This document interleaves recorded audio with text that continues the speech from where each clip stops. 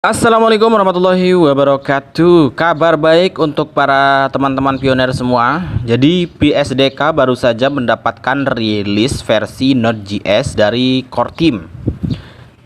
Anda dapat mengintegrasikan platform aplikasi Pi dengan aplikasi backend Node.js dan membuat fungsi pembayaran aplikasi ke pengguna di aplikasi Anda. Oke ya teman-teman ya. Jadi PSDK baru mendapatkan rilis versi Node.js ya teman-teman ya. Jadi kita nanti dapat mengintegrasikan platform aplikasi Pi dengan aplikasi backend Node.js dan membuat fungsi pembayaran aplikasi ke pengguna di aplikasi Anda. Oke teman-teman, jadi ini khusus ya teman-teman ya, khusus untuk para pembuat aplikasi web ya yang terintegrasi ke Pi browser ya teman-teman ya.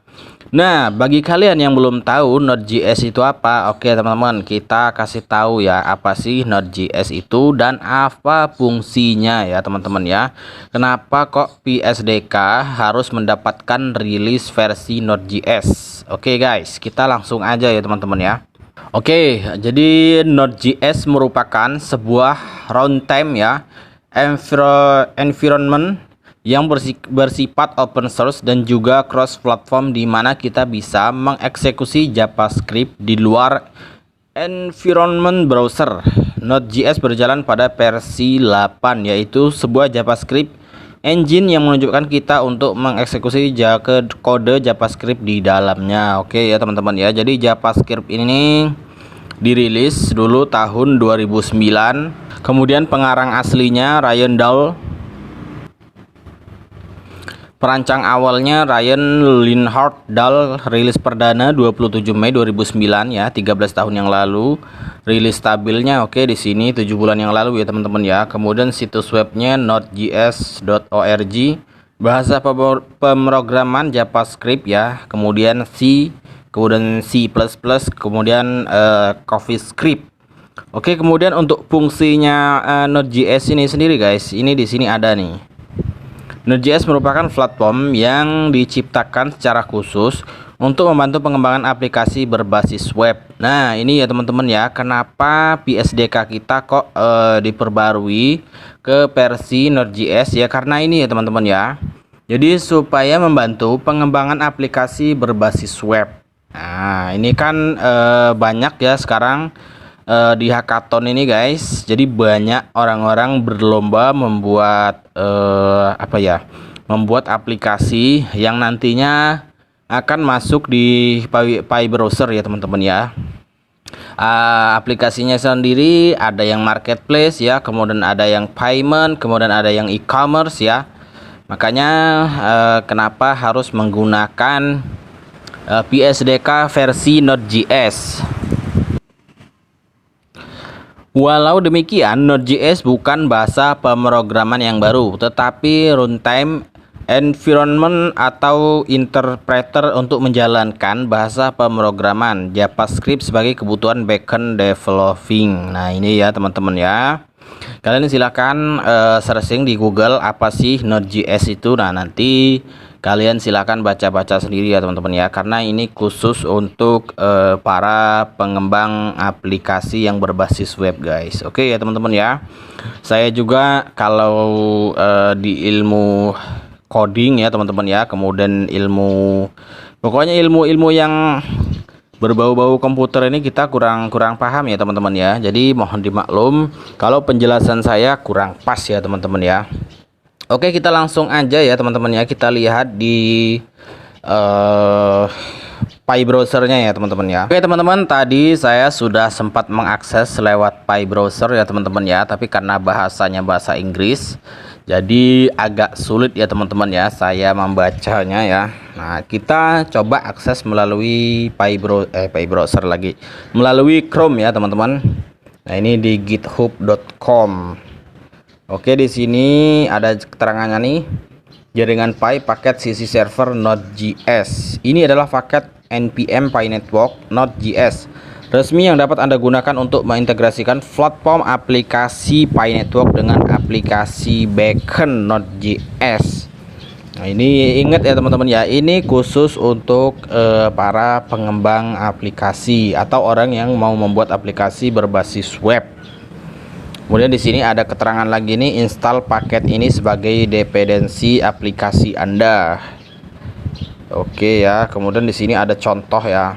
Inisialisasi SDK, import PyNetwork from PyNetwork Node.js. Oke, ini bahasanya agak rumit ya di sini ya. Saya juga nggak mudeng. Tapi di sini ada keterangannya nih, conspy new PyNetwork IPAK, kemudian wallet private. Nah, jadi mungkin ini hanya perkiraan saya aja ya teman-teman ya. Jadi ini mungkin PyNetwork sedang mengembangkan ya teman-teman ya, mengembangkan wallet nanti yang khusus untuk pembayaran kita ke aplikasi ya teman-teman ya. Mungkin yang dibuat ini wallet untuk transaksi kita menggunakan koin Py nanti. Jadi sedang disusun atau sedang dirombak guys. Kemudian di sini ada keterangannya juga nih, buat pembayaran A2U.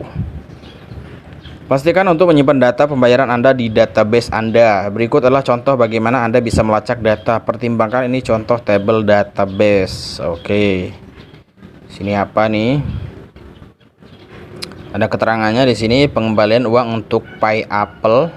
Nah, ini mungkin contoh pembayaran ya teman-teman ya, contoh pembayaran di marketplace atau di Oke teman-teman, sorry tadi saya skip ya teman-teman ya, karena ada suara bising motor ya teman-teman ya.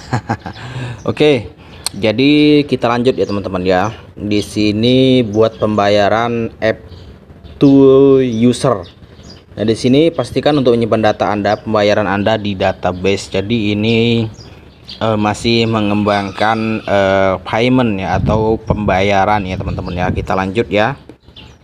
Kemudian di sini ada keterangan lagi yang nomor 3 ya, simpan payment TLD di database Anda. Setelah melakukan pembayaran, Anda akan mendapatkan payment TLD yang harus Anda simpan di database Anda. Kemudian yang keempat di sini ada keterangan kirim pembayaran ke Pi blockchain. Nah, jadi sekarang Pi ini sudah punya blockchain sendiri ya teman-teman ya. Jadi Pi sekarang tidak menumpang di blockchainnya Stellar lagi ya teman-teman. Kemudian di sini ada simpan TXID di database Anda. Ini pembayaran semua ya teman-teman ya. Kemudian di sini ada keterangan selesaikan pembayaran. Oke, kemudian di sini ada keterangan lagi nih, alur keseluruhan untuk pembayaran A2U atau apps to user. Nah, untuk membuat pembayaran app to user menggunakan Node.js SDK, ini adalah alur keseluruhan yang perlu Anda ikuti. Di sini inisialisasi SDK. Anda akan menginisialisasi SDK dengan PIPAK dari aplikasi Anda dan private seed dari dompet aplikasi Anda. Kemudian yang kedua, buat pembayaran app to user. Anda dapat membuat pembayaran app to user menggunakan create payment method. Metode ini mengembalikan pengenal pembayaran atau ID pembayaran. Kemudian di sini ada lagi ya, yang ketiga, simpan ID pembayaran di database Anda. Sangat penting bagi Anda untuk menyimpan ID pembayaran. Dikembalikan dengan create payment method di database Anda sehingga Anda tidak membayar 2 kali lipat kepada pengguna yang sama dengan melacak pembayaran. Oke ya teman-teman. Kemudian yang keempat, kirim pembayaran ke Pi blockchain. Anda dapat mengirimkan pembayaran ke Pi blockchain menggunakan submit payment method. Metode ini membuat transaksi pembayaran dan mengirimkan ke Pi blockchain untuk Anda. Setelah dikirimkan, metode mengembalikan pengidentifikasi transaksi atau TXID. Kemudian yang kelima, simpan TXID di database Anda. Sangat disarankan agar Anda menyimpan TXID bersama dengan ID pembayaran yang Anda simpan sebelumnya untuk referensi Anda. Kemudian yang keenam, selesaikan pembayaran. Oke. Setelah memeriksa transaksi dengan TXID yang Anda peroleh, Anda harus menyelesaikan pembayaran yang dapat Anda lakukan dengan complete payment method. Setelah selesai, metode mengembalikan objek pembayaran. Periksa status bidang untuk memastikan semuanya terlihat benar. Oke, di sini kemudian ada referensi SDK. Bagian ini menampilkan daftar metode yang tersedia, create payment ya. Kemudian di sini ada keterangannya. Anda perlu menyediakan 4 data berbeda dan meneruskannya sebagai satu objek ke metode ini. Kemudian ada submit payment ya. Ada complete payment. Kemudian ada lagi ini metode mengembalikan objek pembayaran dengan bidang-bidang berikut. Oke, ini pemrograman semua ya teman-teman ya. Bingung saya juga, pusing kepalanya ya. Kemudian yang selanjutnya get payment ya.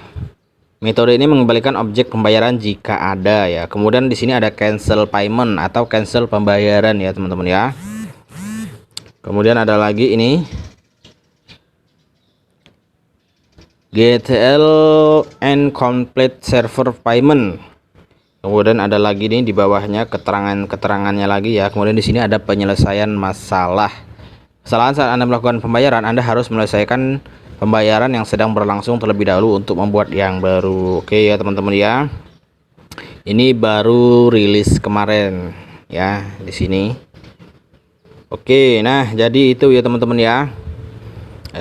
Ini aja dulu ya teman-teman. Kurang lebihnya mohon maaf ya kalau penyampaian kita kurang apa ya teman-teman ya, kurang lengkap karena kita bukan ahli di bidang developer ya, bukan ahli di bidang aplikasi. Oke ya teman-teman, itu aja dulu informasinya. Sekian saja, tetap semangat untuk kalian. Assalamualaikum warahmatullahi wabarakatuh.